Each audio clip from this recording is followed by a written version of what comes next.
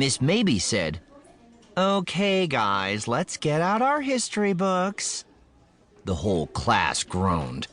Doc tilted his head back and started snoring.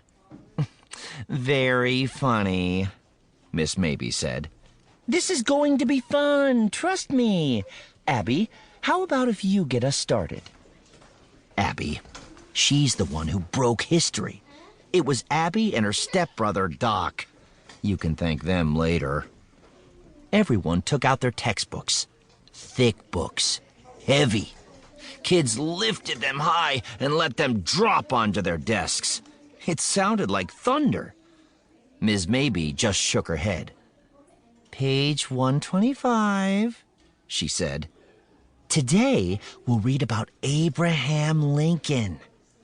More groans. And Doc sang out, "Boring!" Ms. Maybe glared at the class. "Who said that?" Everyone knew, but no one said.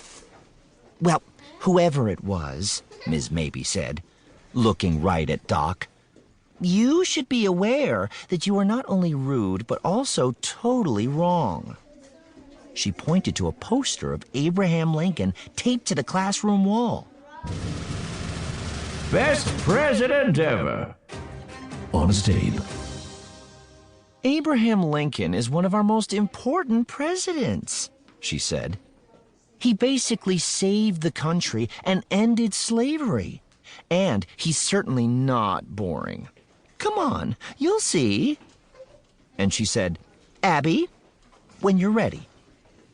Abby opened the textbook to page 125.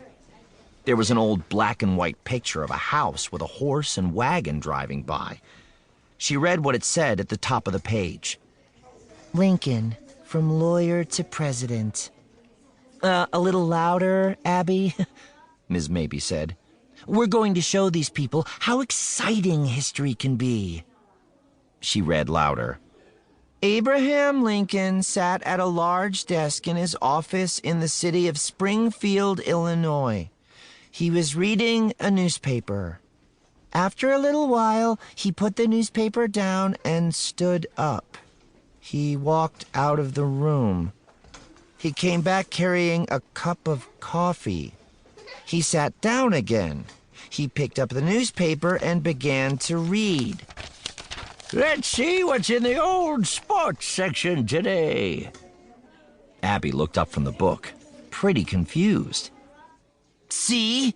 Doc said. "Nap time." For once, Miss Maybe didn't yell at him. "Okay," she said.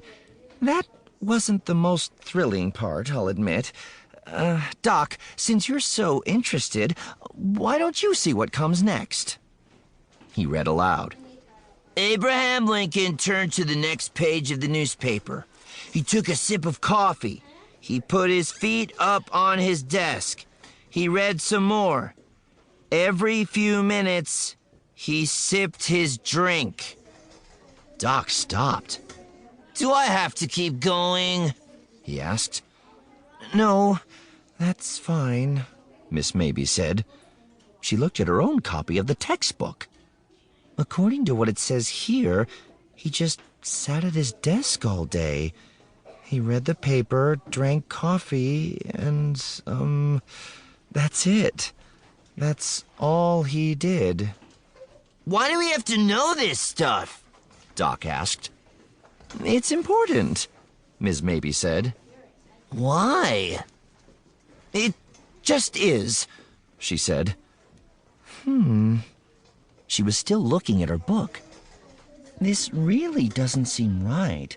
I remember Lincoln doing a lot more. But to be totally honest, history was never my favorite subject."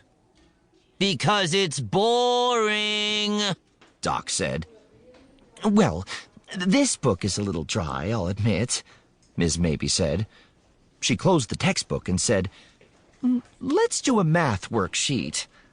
And a few kids actually cheered.